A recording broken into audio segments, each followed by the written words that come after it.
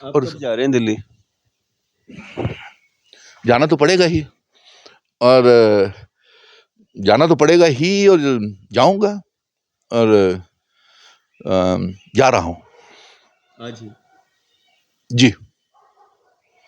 और वहां से आपसे बातचीत करेंगे, और वहां से आपको जो हमें हमारा फैसला होगा वो हम मानेंगे। लेकिन एक पैगाम मैं जरूर यहां से देके जाऊंगा कि हमें अपने भाईचारे को खत्म नहीं करना है।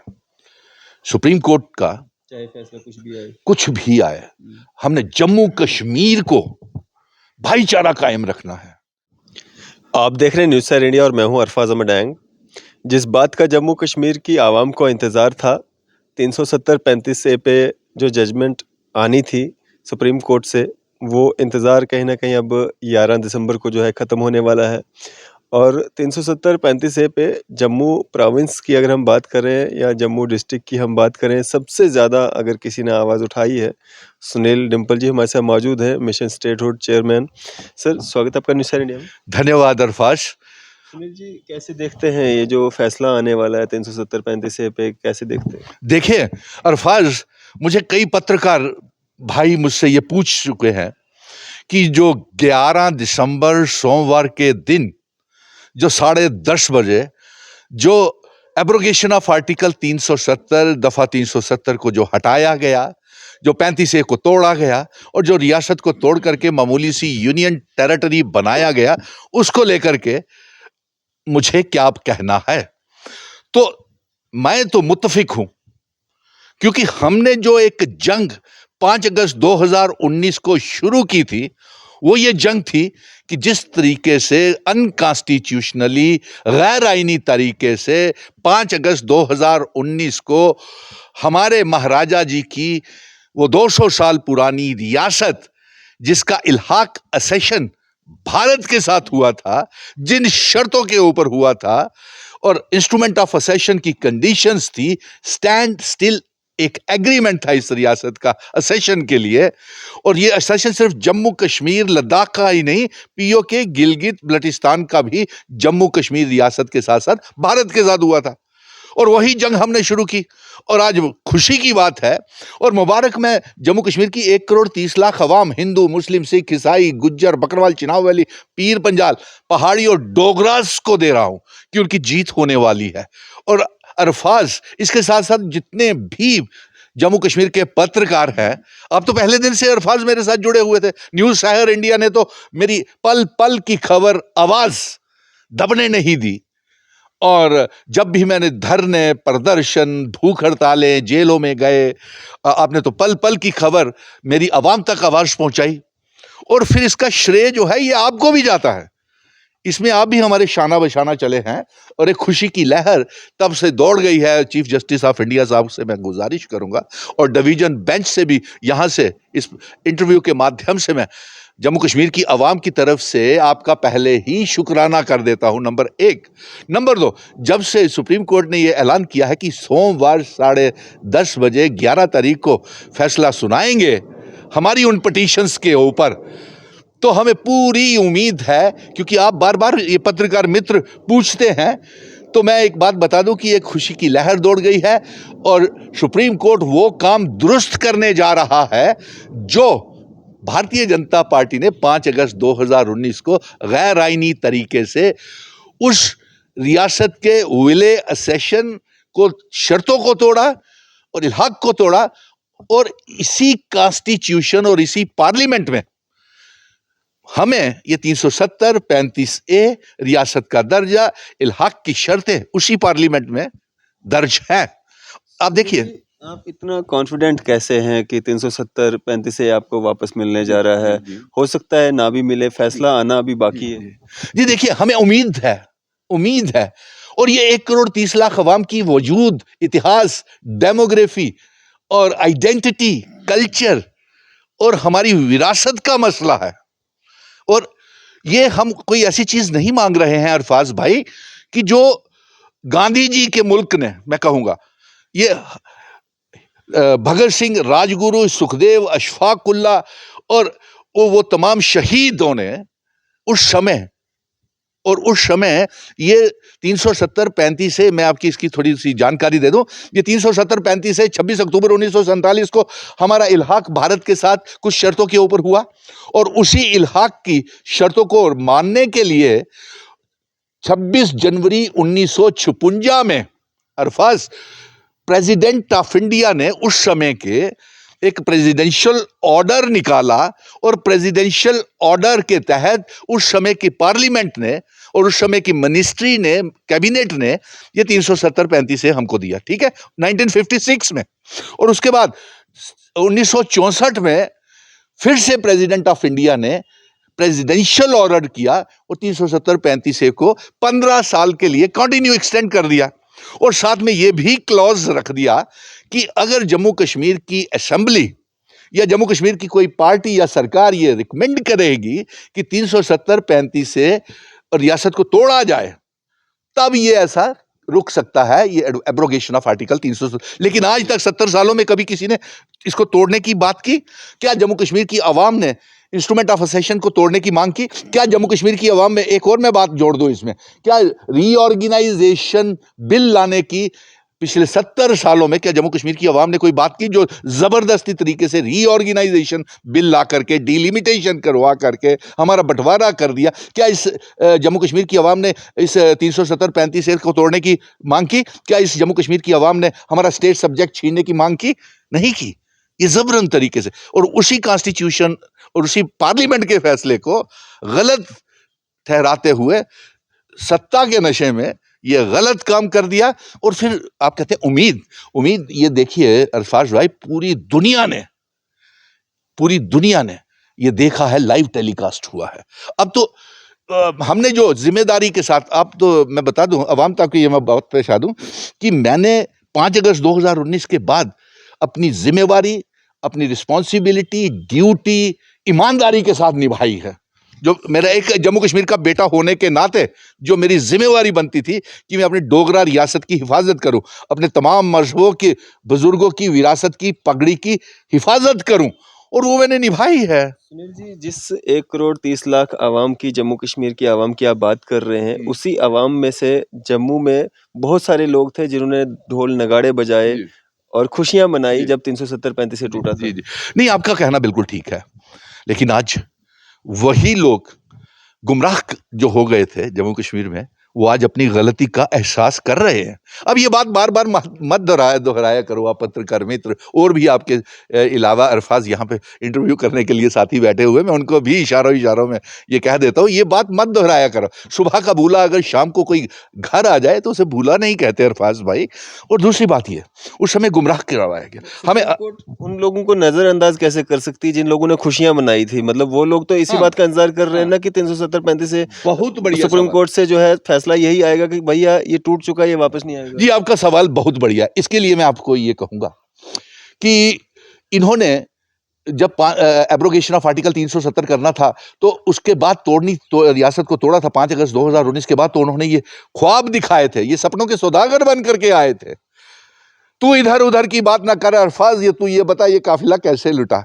ये काफिला 5 अगस्त 2019 को लूटा, और किसने लूटा? भारतीय जनता पार्टी ने लूटा।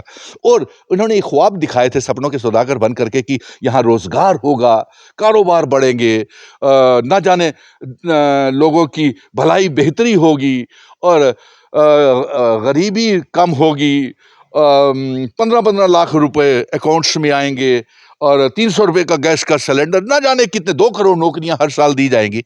लेकिन जब ये चला गया, 370 हट गया, तो इनको एक लाइसेंस मिल गया जम्मू कश्मीर को नीलाम करने का, बेचने का। और साथ में इन्होंने, देखिए उसके बाद जम्मू कश्मीर के डोगरे लोग के लबा अरफाज, तुस भी डोगरे हो, तुस भी डोगरे दे कन्ने रोंदे सोंदे हो, 50 इंटरव्यू तुस डोगरे नेताएं दे करदे हो, तुसे के लबा डोगरे? मैं तुंदे माध्यम से भी पूछता हूं अरफाज, 5 अगस्त 2019 के बाद जम्मू को क्या मिला?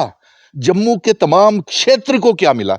क्या मिला पहाड़, पीर पंजाल को क्या मिला?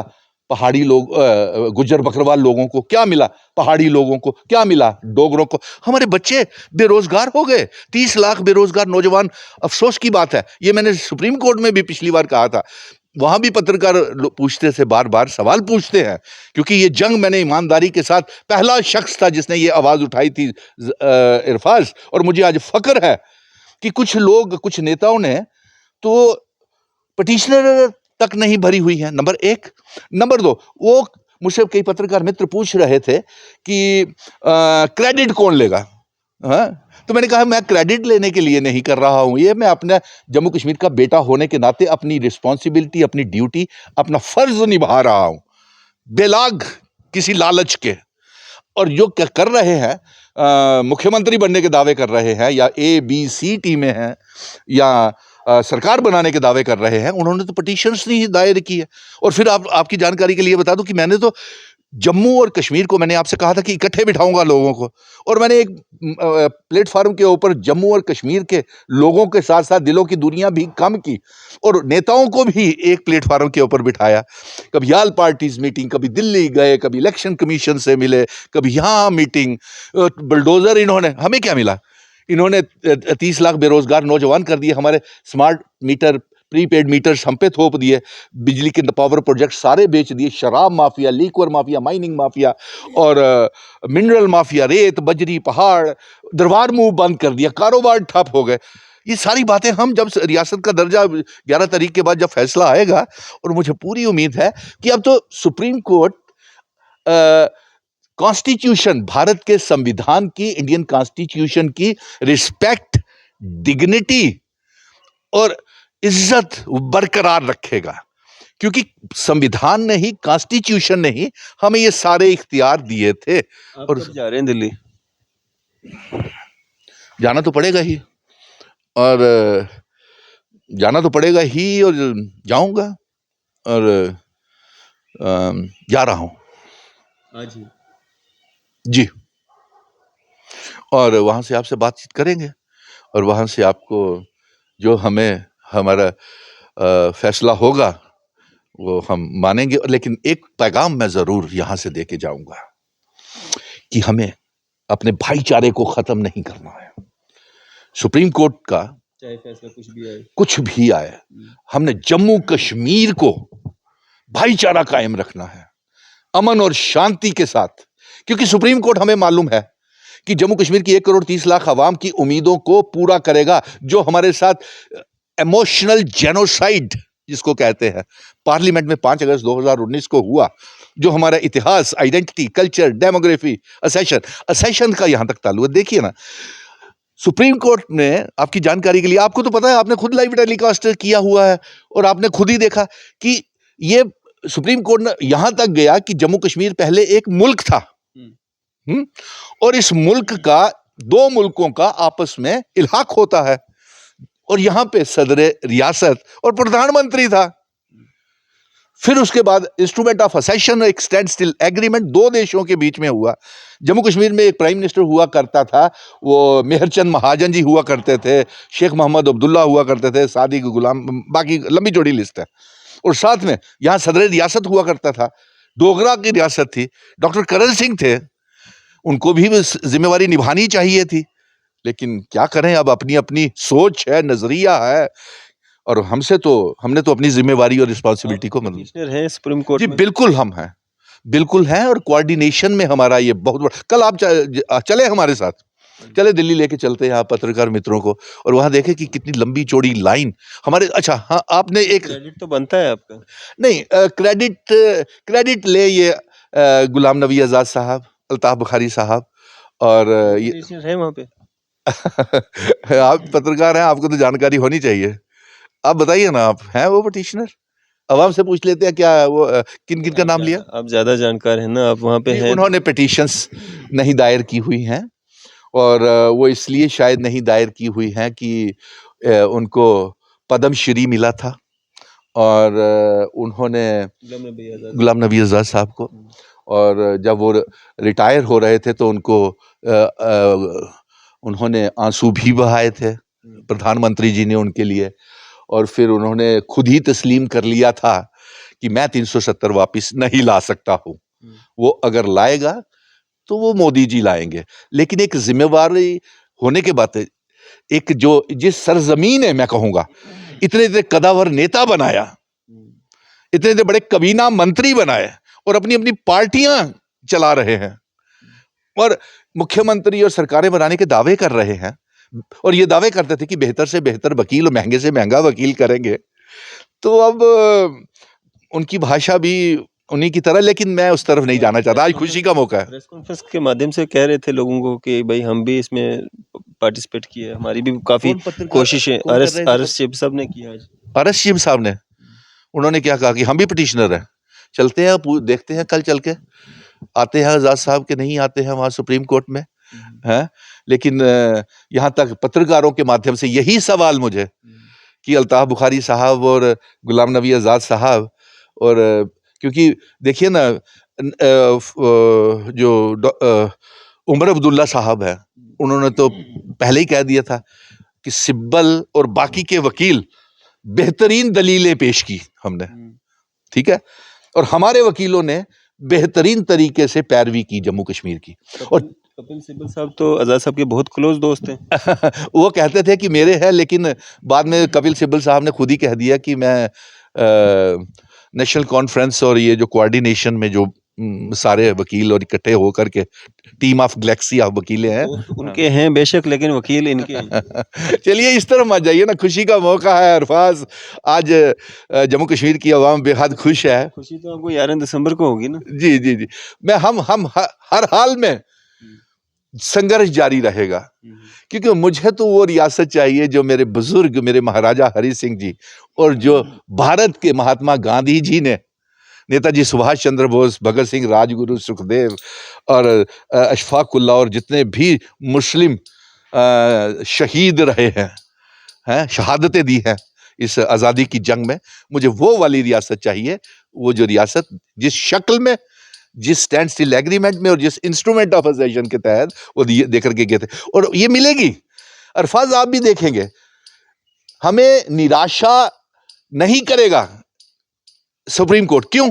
क्योंकि सुप्रीम कोर्ट ने खुद ही बड़ी गहराई के साथ खुदाई की कि दो मुल्कों का आपस में कैसे मिले, इनका क्या स्टैंड स्टिल एग्रीमेंट था, इंस्ट्रूमेंट ऑफ असेशन भी वहां आया, पीओके गिलगित बल्टिस्तान की बात भी हुई, और जो दलीलें इन्होंने दी थी इनके वकीलों ने, वो दलीलें एब्रोगेशन ऑफ आर्टिकल 370 के समय भी भारतीय जनता पार्टी ने वादे सपनों के सौदागर बन के दिखाए थे कि यहाँ पे प्रोग्रेस होगी, यहाँ पे रोजगार होगा, कारोबार होंगे।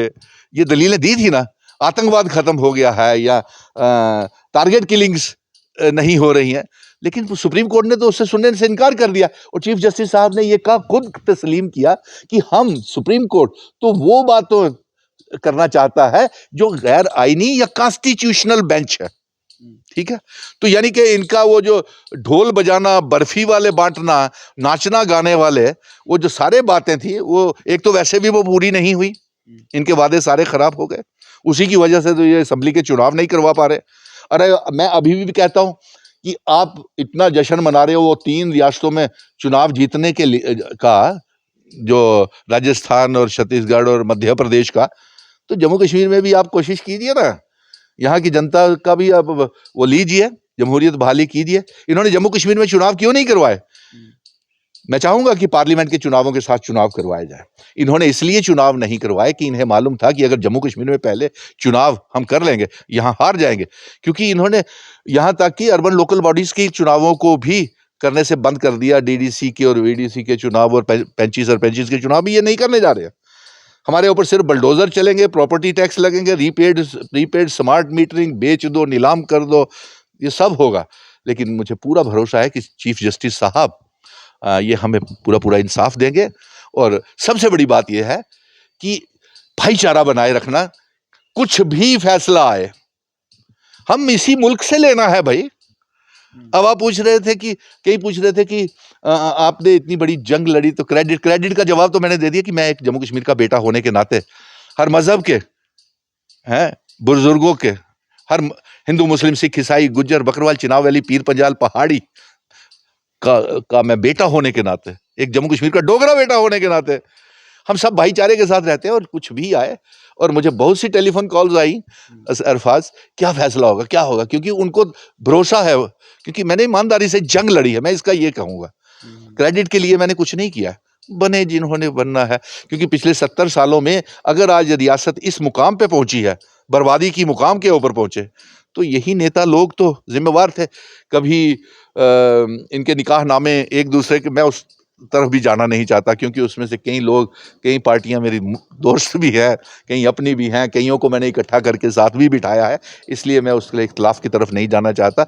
लेकिन ये ज़रूर है कि लोगों का प्यार, भरोसा मुझे जंग को सड़कों से लेकर के सुप्रीम कोर्ट तक पहुंचाया है।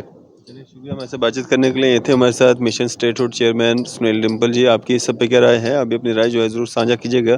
इसी तरह की मजीद अपडेट्स के लिए आप देखते रहें न्यूज़ सैर इंडिया। मैं अरफाज अहमद, कैमरामैन शाहनवाज के साथ।